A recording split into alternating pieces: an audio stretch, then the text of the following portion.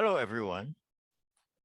My topic today is what is a small economy? Economies range in size from the US, China, and Japan, the world's largest, to the tiny economies of Tuvalu, Kiribati, and Nauru, the world's smallest. The GDP of the USA is $21 trillion. That is 21 with 12 zeros, equivalent to the income of 21 million millionaires. The GDP of the smallest economies is less than $100 million. Many super yachts cost more. The racehorse Fusaishi Pegasus was sold for $70 million in 2000, almost as much as the GDP of Tuvalu, $74 million.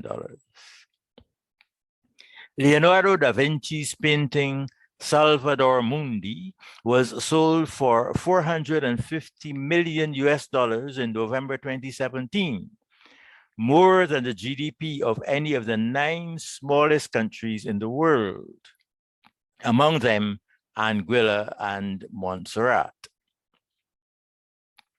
The GDP of Trinidad Tobago, CARICOM's largest economy, is $21 billion, ranking in size at number 107 in the world. 8 of the 15 CARICOM member countries are listed among the 25 smallest economies in the world. We should think of small economies quite differently from the way we analyze large economies.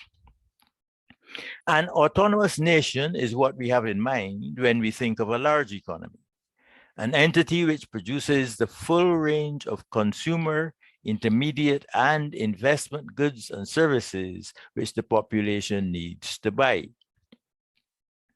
Apart from the obvious candidates, countries such as Brazil, Mexico, and South Korea can be considered large economies because companies in those countries produce everything from vehicles and heavy equipment to small retail sales items, as well as the full range of financial, personal, business, and other services. A large economy can choose to be as self-sufficient as the population wishes, even though, as Adam Smith, considered the godfather of what we now call the discipline of economics, pointed out, that may not be in the country's best interests. Small economies like those of the Caribbean, on the other hand, are more like households. Compared with the range of goods and services needed to sustain modern lifestyles, the small economy's physical capacity and human resources can produce only a trifling number of items. Of that number, the costs of producing locally are higher than importing a product of comparable quality for many items. That makes a small economy more like a household. No household can produce all the products and services needed to support a modern lifestyle. Instead, members of the household deploy the skills of individual adult members of working age to earn income from their areas of specialization. That income gives access to the goods and services the household requires. In order to improve their standard of living, workers deepen their expertise so as to earn more income. To increase their resilience in the face of the perils of daily life, they buy insurance and put away a little savings.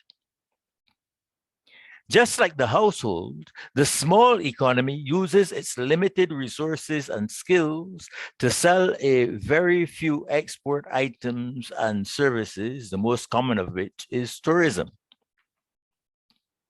The foreign currency earned is used to import everything the economy needs to sustain the livelihoods of the population. The way to improve livelihoods is to increase the capacity to export and to provide tourist services, as well as to lift their quality so as to compete in a higher price bracket.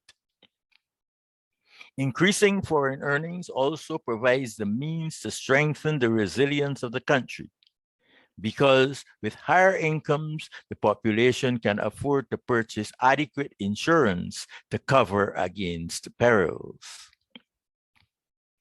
Small countries like Iceland and Malta are not handicapped by their size because their per capita incomes are high enough to afford them access to the world's supply of goods and services.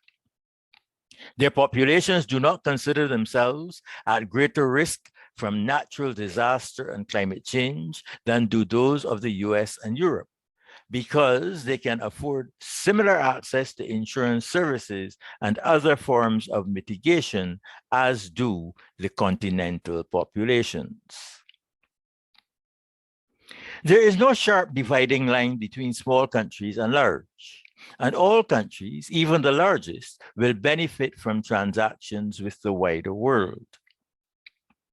Rather, we should think of countries as ranged along a continuum from the USA to Tuvalu.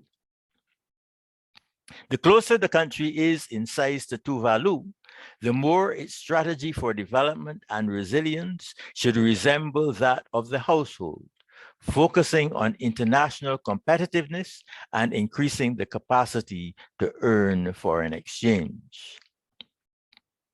The fact that the small country can achieve competitive production in only a handful of activities is no limitation. Improvements in quality and productivity offer limitless possibilities for increasing foreign earnings from these competitive offerings. The evidence is provided in my recent book, Development and Stabilization in Small Open Economies. All but one of the 41 small economies discussed in the book are ranked in the top half of the world's countries in terms of human development. In every case, no more than 3 main items account for most of their foreign earnings. Thank you and good day.